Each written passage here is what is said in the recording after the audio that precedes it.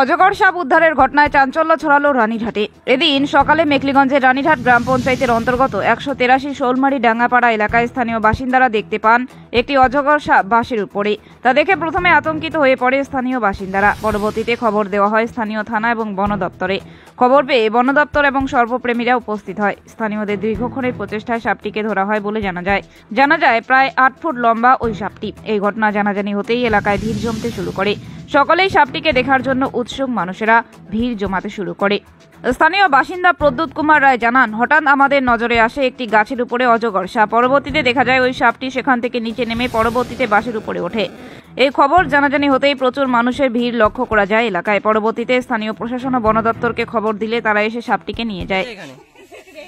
এখানে একটা অজগর সাপ আর কি, ওটা গাছের উপরে ছিল, তারপরে সেটা নিচে নেমে বাঁশের উপরে উঠে। কে নিচে নামালো?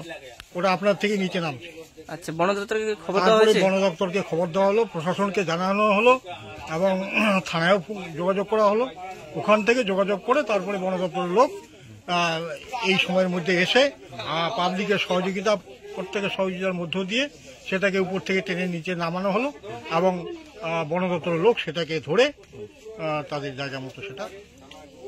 এই জায়গাটার নাম কি? এই জায়গাটার নাম হচ্ছে 183 শোলমারি, এখন পাড়াটার নাম হচ্ছে ডাঙ্গাপাড়া। আচ্ছা, আপনার নাম? আমার নাম প্রদ্যুৎ। এখানে মোটামুটি ঘন্টা দুয়েক আগে আমার কাছে ফোন গেল যে এখানে অজগর বেরোচ্ছে, যেটা পাইথন বলা ইংলিশে, সেই সাপটা বেরোচ্ছে। আমি একটু বাড়িতে দূরেছিলাম, আমি মোটামুটি 1 ঘন্টা আগে আসলাম। পাবলিকের সহযোগিতায় সাপটা বাসের উপরে ছিল, অনেক কষ্ট করে রেস্কিউ করা হলো। নির্বিষ সাপ, সম্পূর্ণ কোনো বিষ নেই। এই শক্তি দ্বারা মানে খাওয়াকে মানে ক্লান্ত করে তারপরে ওই সেইটা মানে খায় আর কি, এমনি একদম নির্বিষ সাপ। তো কটার সময় বেরোচ্ছে? এখন টাইম বের হচ্ছে সকালবেলা। আমাকে ফোন করছিল 9:30 10টার দিকে। 9:30টার দিকে হয়তো। কত ফিটের সাপটা হবে? সাপটা মোটামুটি 7 ফুট প্লাস, 7-8 ফুট হবে। কে প্রথম দেখছে? এই বাড়ির প্রতিবেশী, বাড়ির যার বাড়ি দেখছিল। এই জায়গাটার নাম কি? জায়গাটার নাম এটাই বলতে হবে, আমার বাড়ি জামালদা। আচ্ছা, আপনার নাম? শুভজিৎ বর্মা। এখন এই সাপটাকে নিয়ে যাওয়া কোথায় হবে? এখন মানে ফরেস্ট ডিপার্টমেন্টের লোক আসছে, আমরা আমাদের কাজ রেস্কিউ আমি করে দিলাম। সাপটা ওনাদের হাতে তুলে দিলাম। এখন ফরেস্টে গিয়ে সাপটা ছেড়ে দেওয়া হবে। আচ্ছা।